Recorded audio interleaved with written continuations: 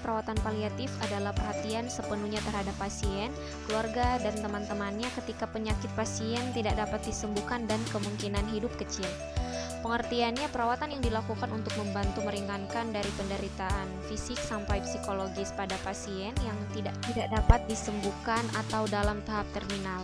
Pemenuhan kebutuhan fisik, mental, emosi, sosial, spiritual, dan kultural dengan pendekatan tim yang melibatkan konseling dan kenyamanan serta berpusat pada pasien dan keluarga untuk meningkatkan kualitas hidup.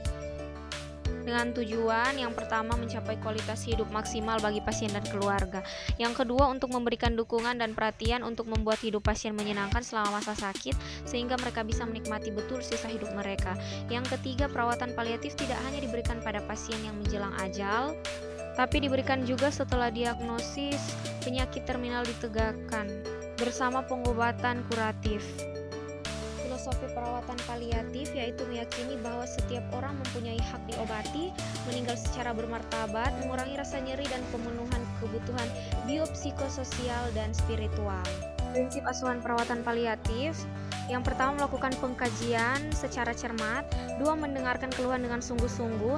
3. Menetapkan diagnosis atau masalah keperawatan dengan tepat sebelum bertindak.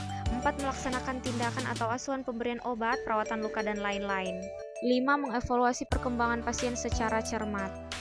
Selanjutnya, hal-hal yang perlu diperhatikan dalam melakukan ASKEP paliatif, yaitu perawatan paliatif dimulai apabila pengobatan secara medis tidak lagi efektif, karena organ-organ vital dalam tubuh pasien sudah mengalami kegagalan, atau pasien dan keluarga mengatakan tidak lagi melanjutkan terapi. Selanjutnya ada akuntabilitas. Perawat bertanggung jawab dan bertanggung gugat terhadap keputusan dan tindakan keperawatan, serta mengenal batas peran dan fungsi perawat dalam bertindak. Lalu berdasarkan kode etik keperawatan dan budaya. Selanjutnya menghormati hak atau privasi pasien terhadap ASKEP dan Yankes bagi dirinya. Menghormati nilai, kebiasaan, keyakinan, dan kepercayaan atau agama serta budaya. Yang terakhir ada legal.